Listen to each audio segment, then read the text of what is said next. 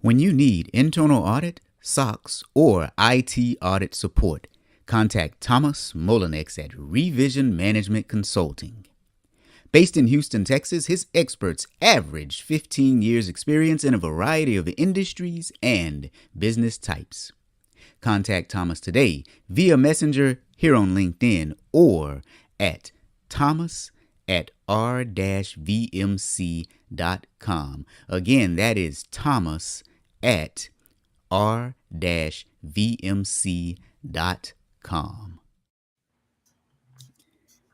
Hey, what's happening, guys? Hello. Happy Friday. We're back. We're back. We're the gang's back together again. Back together again on episode number 52 of the Friday Fraudster, the Ivy League incident. 52, man.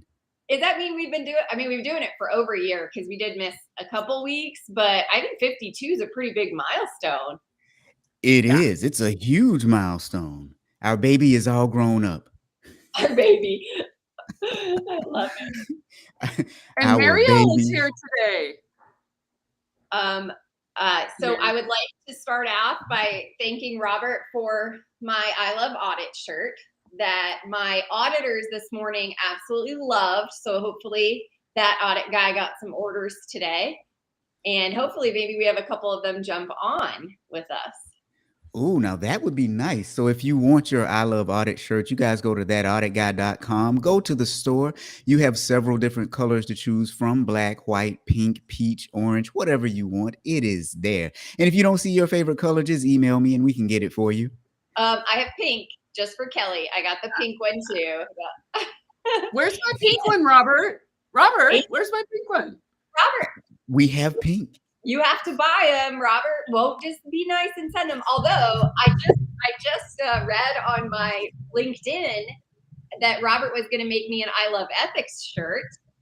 He originally said he was going to do I Love Fraud, and then he decided maybe that wasn't a good idea because that's kind of anyway. But yeah, I thought that might not be a good idea. But the I Love Ethics shirt, Joe, I will send you an I Love Ethics shirt, and they will be for sale on the website by Sunday.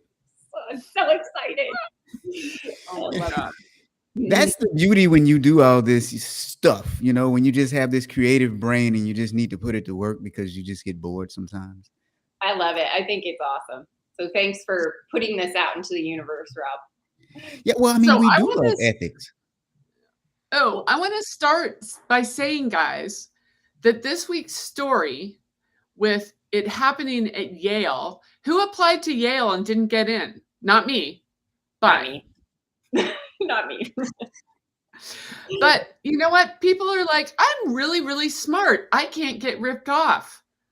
I think that, you know, the med school at Yale is probably pretty good. And yet they got ripped off. So. Yep. Agreed. Yeah. Well, okay. So here's what I'll say. Equal opportunity fraud. I worked in higher ed for 15 years, and it's a different environment. There's a lot of trust in those environments. So even Yale, yes, can get ripped off because of the high level of trust that they place in people in higher education environments. Now, Thomas said, sure, we love fraud because it happens. Oh, yeah. Budgets don't prevent it. Something like that. I got you, Thomas. So, my friends, what are we talking about today? Well, you guys have probably seen the story, right? Oh, should I put it in I'll put it in the comments. Ooh, Joe's going to drop it in the chat, but here's what's been happening, you guys. An administrator at Yale has admitted to stealing over $40 million in computers and electronics from the university. Now, I want you to understand 40, not 4 million, not 14 million, $40 million in computer equipment. And she said that she was secretly reselling it for her own profits. So now for years, Jamie Patron, she was a lead administrator at the medical school's emergency medicine department. And she was authorized to purchase computer equipment for the school without approval as long as it was below $10,000. At least as early as 2013, she is accused of ordering or instructing her employees to place large orders for equipment in amounts below the $10,000 threshold. Now, she voluntarily allowed herself to be interviewed by the FBI, and in August, she said that about 90% of her purchases were probably fraudulent. 90%. Now, she's held various positions in the organization since 1999. Joe, Kelly, what you guys think about this? Okay, so it's a big number. She did it 4,000 times. 4,000 times. That's, that's crazy. And just and guess how it got caught, guys? Anonymous. Tips by fraud. Yep. Tips by fraud. Yeah. And wasn't it 4,000? Wasn't it really supposedly over like 3 years, or was it more than that? It was a lot in the whatever period of time it was, though, is the point. Yeah. What about data analytics in this? Oh, geez. Like, look, when you need. Weren't we taught? Thanks, Doug said he likes the shirt. You can thank Rob for the shirt. I mean, isn't this why we were taught look right under the thresholds for? I mean, this is like Auditor 101, right? This is when we were using Excel and not for data analytics, right? You're supposed to look for that right under the transaction. And how many would we have seen for $9,980 within a certain time period? It would have been exorbitant. Exorbitant. Whatever. Well, and that's why I say the whole surprise and delight. If you only look at numbers like, say, over 10, pull one that's under 1,000. Like, I love to call it surprise and delight. Keep your employees on their toes. Yes, absolutely. Well, sorry, go ahead, Rob. Something very interesting about this. She said that she was doing it for at least 10 years. So some form of data analytics may not have worked if 90% of her transactions were fraudulent, because the number would have still been high. However, the test, like you guys just said, the test of those right under 10,000, they were saying that in court documents, one purchase in particular where she purchased a bunch of tablets, $115,000 worth, she created several invoices that were right under the $10,000 threshold. Well, that would have been easy because the invoice number probably would have been the same, or they would have been like invoice number 123A, 123B, 123C, and all that good stuff. So data analytics definitely would have caught it. Yes, Joe. And she didn't even do it. She had her assistant do that one. That is what, like, literally I copied and pasted that one, because you're getting into two different options here. Collusion, you're involving in others in your crime, which obviously I don't think that's what this case was, but the assistant didn't question it.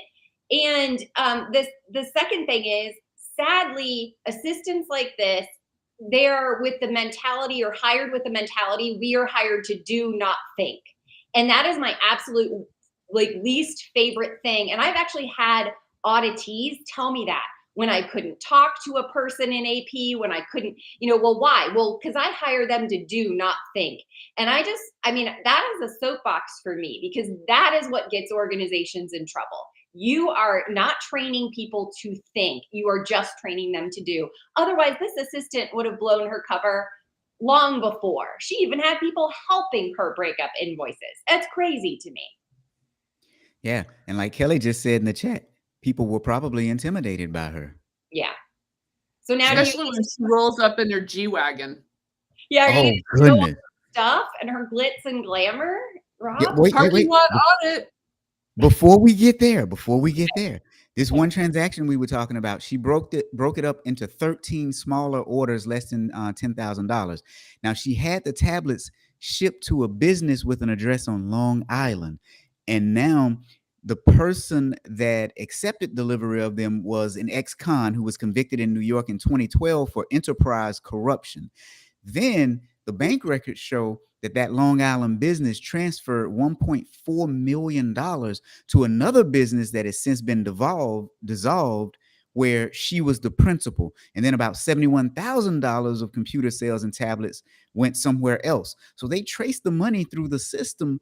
But now, before we talk about the property, anybody want to guess what she was convicted of? Where's Hal when you need him? Where is Hal? Wait, is How? it wire fraud or tax evasion? Wait, I don't, or both. How about both? Both. How about both? Now, they said that she filed false tax returns from 2013 to 2016, and that the fraud caused the IRS a loss of about $6.4 million, for which she faces as much as 20 years in prison.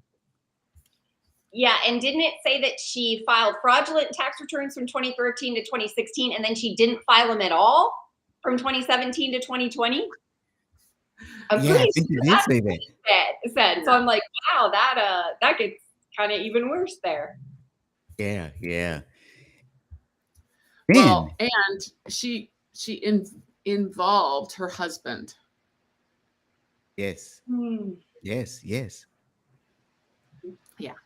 Her So husband. now Christine guessed taxes and We had Harvey guessed taxes. I mean, wire fraud. both winners. Winners. Winner, chicken dinner.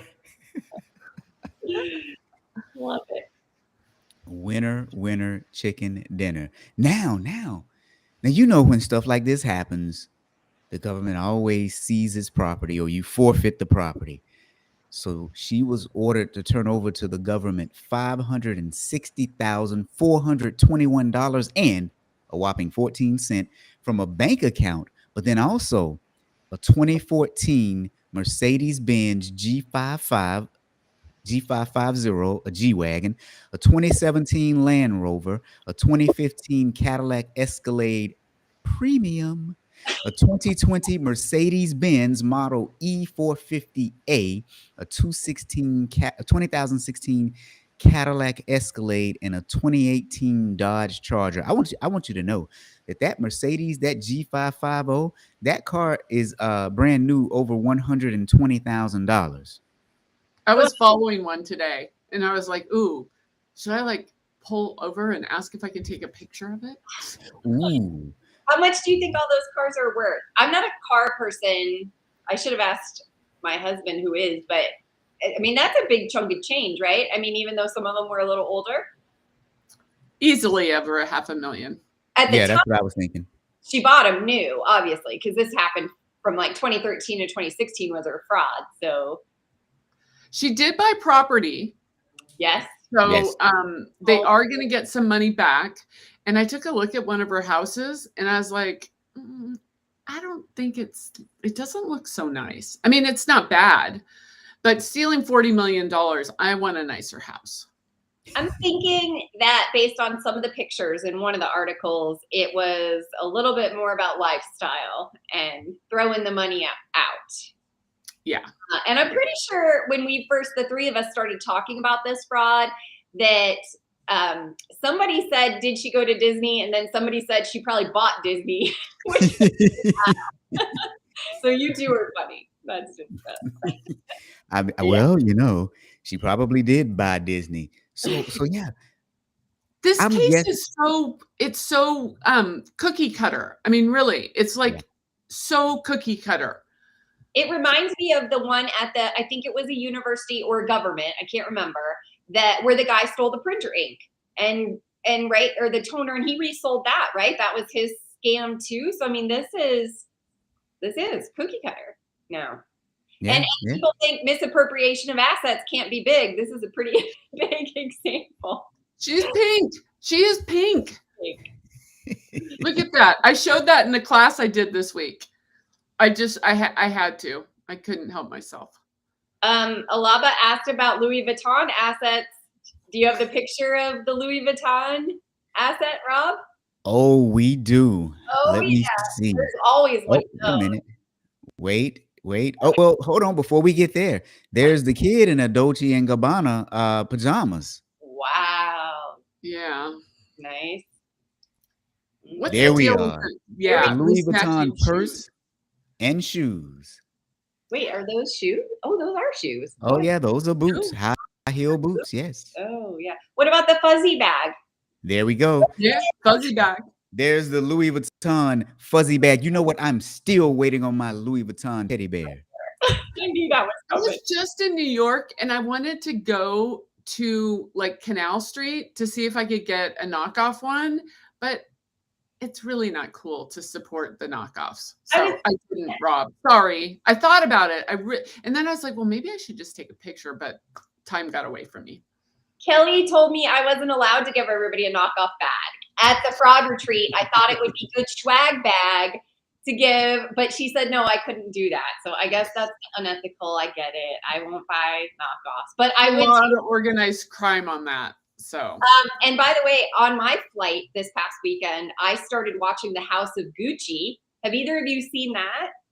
So my flight was shorter than the movie was. So I have about 40 minutes left in the movie, which I'll watch this weekend when I get on another plane to go to the IIA Leadership Academy in Orlando. So if any of our IIA chapter leaders are on or listening or watching later, I will see you there next week.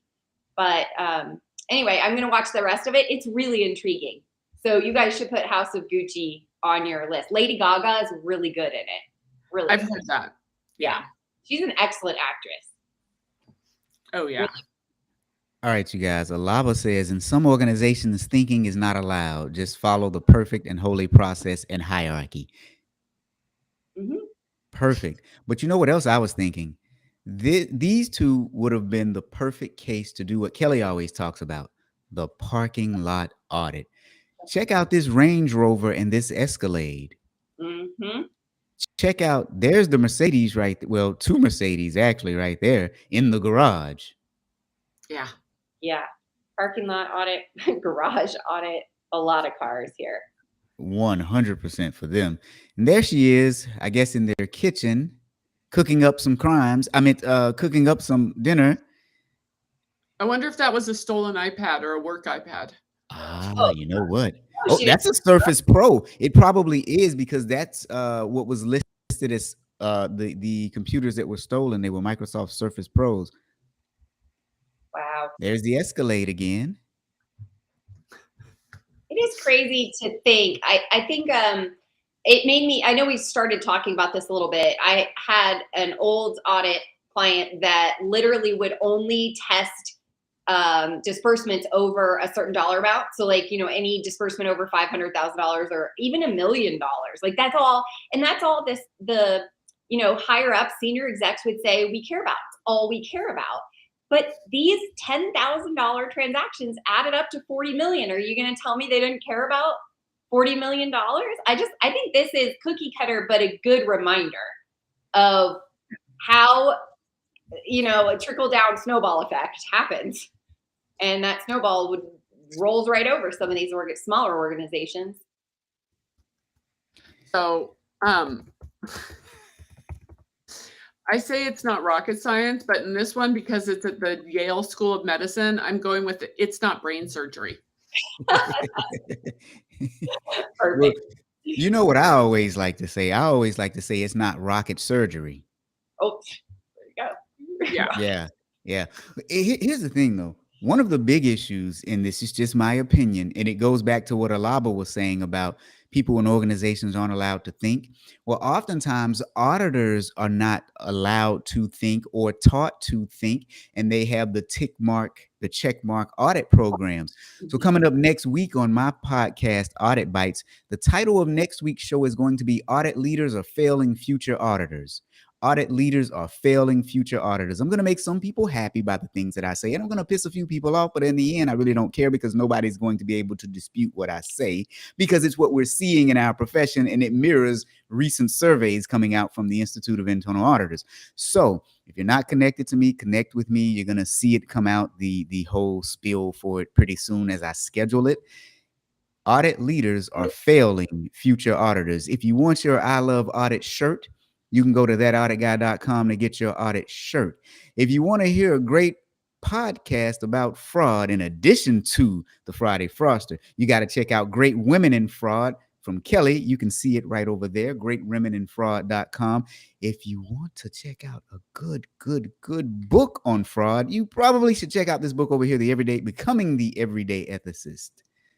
But here's the big thing, though, the capstone event that you need to check out. It's a fraud retreat. Have you ever heard of a fraud retreat? Neither have I until now, because Joe has created a fraud retreat. Joe, tell them about the fraud retreat, please. Joe went crazy for a minute and thought she could become a speaker / meeting planner, and realized how hard that job is. So there's my shout out to every chapter, IIA chapter or association leader or corporation that's put together trainings. It's not an easy task. It was kind of like wrangling cats at the beginning with speakers, but I love all my cats, Kelly being one of my favorites. No, there is going to be excellent speakers. You guys should see the lineup. Go to fraudretreat.com. I just recruited somebody else for our fraud visionary panel, which will be at the beginning of day 2. So this is August 4th and 5th in person at the Gaylord Rockies outside of Denver. It's right by the Denver airport. I've got 2 hotel options. You can do one night at the Gaylord. I've got a great rate at another hotel within walking distance. Seriously, it's been a lot of work, but I would never give this up, because this is going to be the experience, I think, of a lifetime when it comes to a conference. I hope we get to do this every year. I hope it's that much of a success. And I just absolutely can't wait. And plus, Kelly, Rob, and I are going to do Friday Fraudster from person there. So, I mean, you might as well just be there with us in the audience. Come on. Why not? All right. So while we're here talking about this, let me just talk to these ACFE chapters out here, because I've been talking to a few. You should probably call us so that we can take Friday Fraudster on the road. Wouldn't that be good to broadcast Friday Fraudster from your chapter while we also speak about fraud? Mm-hmm. And you could have an all-day event with the 3 of us. That sounds like fun to me. That sounds like fun. All right. So look, what in the world happened here? What happened to make this happen, to let this happen? We got to talk about that. We had a gross loss or lack of controls in the environment. You got these invoices under $10,000 that didn't require any additional approval. Now, I will say, especially in most companies, that's kind of normal, especially in higher education, it's very normal. However, this woman was the finance director. Your finance director shouldn't be the one who can have carte blanche approval, which is why I'm guessing she had people that worked underneath her to actually do the invoices. The people underneath her should have been blowing the whistle. So the question for me becomes, did they do it out of fear because their boss told them to do it, or did she give any of them a kickback? And that is what incentivized them to do it. So that's the question that I have. The second question I have. Go ahead, Kelly. Go ahead.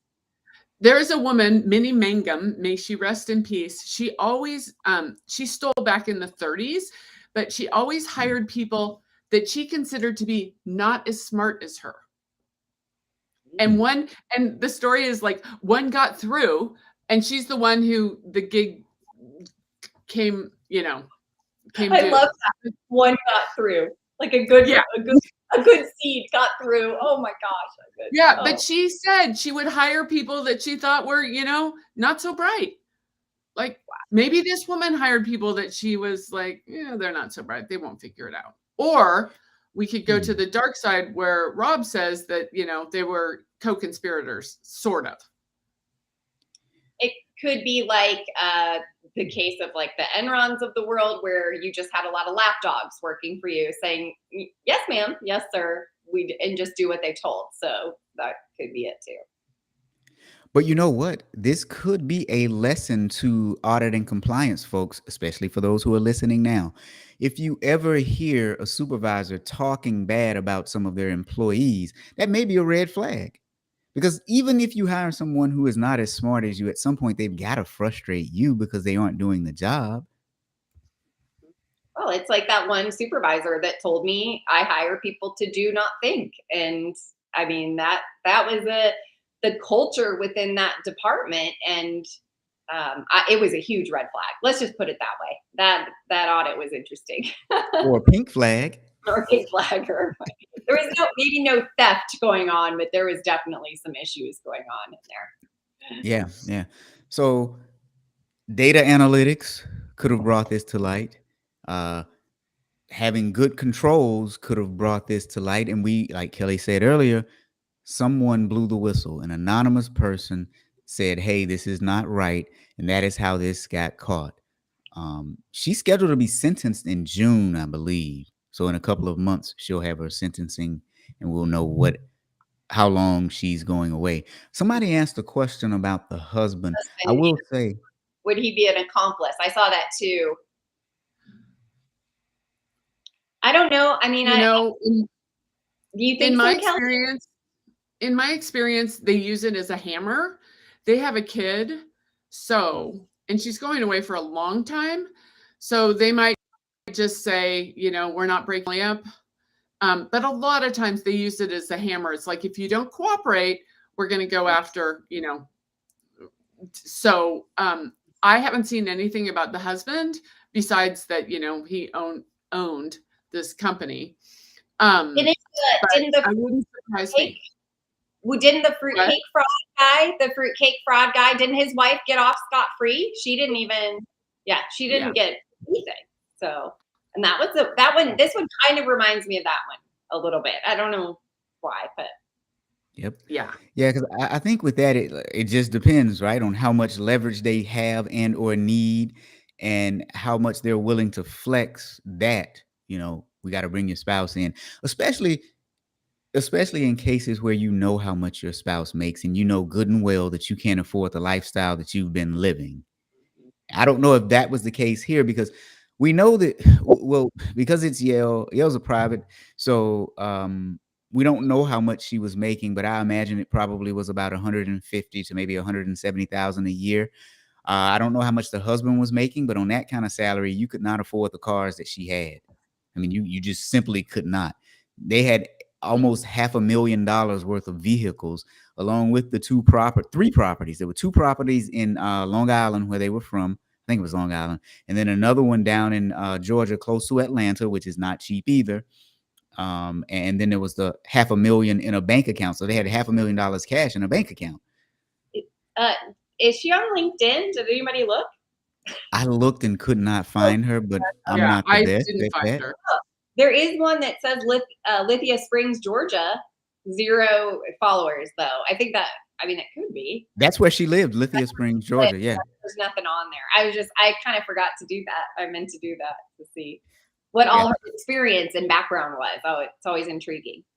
Yeah, and my guess was that at some point they knew they were going to get caught, because she voluntarily was interviewed by the FBI, and it sounds like as soon as the tip came in, they just said, "Okay, we're caught." So we'll see what happens if they do an Elizabeth Holmes, with the kid. Hey, we have a kid, this, that, and the other, because we've seen that happen before. Yep. So do you want to, real quick before we close for the day, do you want to do a ethics? Can I ask an ethical question? Ooh. I know that Rob always calls me the ethics expert. I've actually already texted Kelly to get her thoughts on this. I have been asked, because of our Friday Fraudster show and me dressing up for Halloween as Elizabeth Holmes, I was asked to dress like Elizabeth Holmes to speak at a conference. And Kelly and I, I've been Googling this. I'm not a lawyer. We know how Kelly feels about lawyers. We, I don't want to get in trouble. Like, I do not want Elizabeth Holmes to sue me for impersonating her. And what I'm coming up with is, no, I really can't do this, because I would be making money, essentially could be perceived as making money on her behalf, even though I do talk about the ethical dilemmas in the Theranos case a lot in my trainings. Anyway, I just thought that'd be a fun thing to throw out to the Friday Fraudster crowd and to you guys. So, you know what? Oftentimes, celebrities are exempt from laws that affect others. I mean, Saturday Night Live could do it, so why can't you?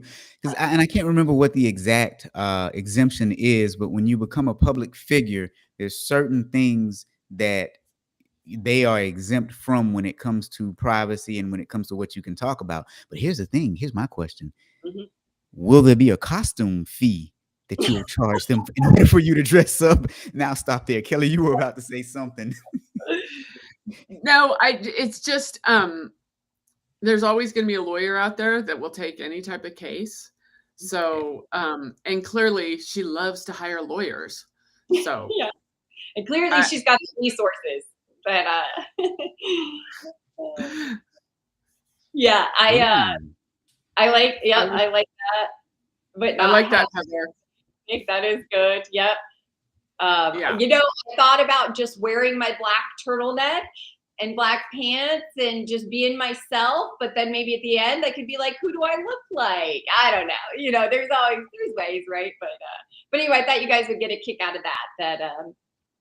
I told the person I probably couldn't do it. That was my ethical decision on it, even though it was fun to dress up on Friday Fraudster for as her. So Christine says, I would worry about getting money over the likeness of you. If you weren't getting paid, I would say go for it. Heather says, maybe have a person in the crowd look like her, but not have her say anything. And Doug says there's no law against impersonating a random person either, and he's asking the question. Just a weird ask. I don't know. Oh, good stuff. Well, it was fun. Thanks for letting me ask my question. Maybe you should ask them to speak on Halloween. So everybody's dressed up. There you go. That's good. Actually, the conference is in the fall. I could go back and say, hey, what do you think? And you know Halloween. What? See, this is why you ask your community questions. This is the power of having a community of folks that you can, like talk to and get engaged with. So now talking about community, Joe, you bring together a community of people once a month for a book club that we all know and love, right? I do. And I just put out May's. So April's is over. So hopefully a couple of you were on there. It was awesome. I got to have Aralma Pozo on with her pearls of wisdom, and she was a lot of fun to talk to. I got email after saying, literally, this is what I needed to hear in my life today. So Pozo, if you listen to the replay, I don't think you're out there. Great job. But next month we have somebody who's coming to the fraud retreat to share her book. So she's been on Kelly's Great Women in Fraud podcast. Her name's Cheryl Obermiller. She will be on the CPE Book Club May 25th talking about her book. Let me get it. Fraud Points. So good. And it's it's everything we talk about on Friday Fraudster too. So it would be a direct connection. So any of you interested, go out there. The coupon code for our Friday Fraudster guests is points. Just the word points, $5 off. And join us May 25th. Awesome. And speaking of community, I have a surprise for you all coming next week. I have a community that I'm starting for us auditors, and we can actually go live inside the community and even do after hours things, So you guys, let's get ready for some excitement. That app I told you about, it is coming soon as well. Audit resources all in one app. I've been working on a lot because, well, what else do I have to do? So. It's work. This is your work. Your work is to help all of us be better auditors. So it most definitely no is. Option for the retreat. That's where I was going next. Oh, Doug, you know what? So this retreat was supposed to be in person in 2020. It obviously, thanks to the pandemic, got delayed. I tried to do it virtual 2021. A lot of my guests just weren't ready to convert to virtual. Either they were burnt out or they just didn't want to do that. So, I've spoken to Kelly and the other speakers, and we've decided this is all going to be about connecting with each other. This is a retreat model, and retreat to me is getting in the same room and brainstorming and talking and seeing people's visions and getting to connect over things like that. And so we're going to stick with in-person only, at least for this year, and we'll see where it goes from there. I love that everybody's starting to do the hybrid option. That's the way of our world, but we're going to keep this pretty intimate for this first year. So hopefully you guys can get some of that travel budget and come to Denver in August. August the 4th and 5th? It's a Thursday and Friday, so you can spend the weekend here. It's beautiful in August. Oh, it sure is. So we expect to see everyone at the fraud retreat. So you guys, episode number 52 of the Friday Fraudster, the Ivy League incident. This young lady admitted to stealing over $40 million in equipment. 40 million. Simple checks could have saved the day. Internal auditors look for those split invoices. She did one split invoice 13 times under $10,000. Now that should have been a red flag for almost anyone, but it wasn't in this case because apparently she was able to get away with this for at least 3 or 4 years, maybe even 10. Who knows? Now some of the things she bought, 3 or 4 homes, it looks like, some expensive cars, including a G-Wagon. Man, she had some Louis Vuitton stuff. She had her kid in a Dolce & Gabbana pajama set. So clearly they were living life high on the hog. So look, auditors, parking lot audits, like Kelly always says, look at the parking lot. Look at the cars that people are driving.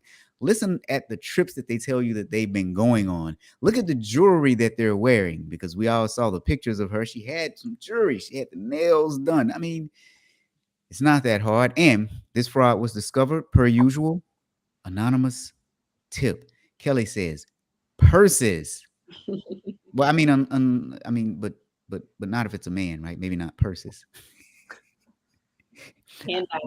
Nowadays, maybe so. It could be a merce. Could be a merce. Could be the man purse. You are right. All right, guys. Thank you for joining us again on another episode. Kelly, Joe, any last words? No. Have a great weekend. See you guys next week.